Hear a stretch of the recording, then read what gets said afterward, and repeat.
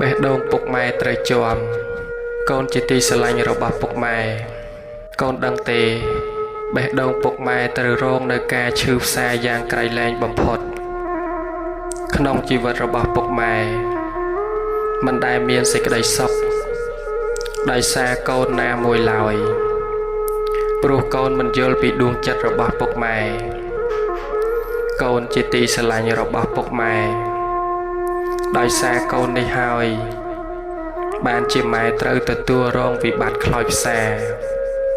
ឈានទៅរកសេចក្តីស្លាប់យ៉ាងនេះណាកូនសម្លាញ់ពុកកូនជាទីស្រឡាញ់របស់ពុកម៉ែ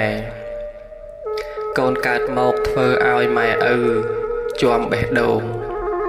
ជាបំណែកទៅហើយព្រោះតែការបារម្ភរបស់ម៉ែឪ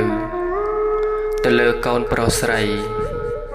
តែទោះបីជាបេះដូងរបស់ម៉ែឪ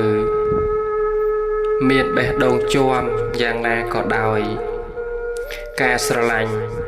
និងការថ្នាក់ថ្នមដែលមានចំពោះកូនគឺត្រូវតែមានជានិច្ចពុកម៉ែជាទីស្រឡាញ់ពុកម៉ែមានព្រះគុណណាស់សម្រាប់កូនគុណលោកទាំងពីរគ្មានគុណណាប្រៀបបាននោះឡើយកូនមិនល្អធ្វើឲ្យពុកម៉ែក្រំបេះដូងហើយស្ទើរតែខ្សែចោលទ្វីបលោកថែមទៀតផងពុកម៉ែ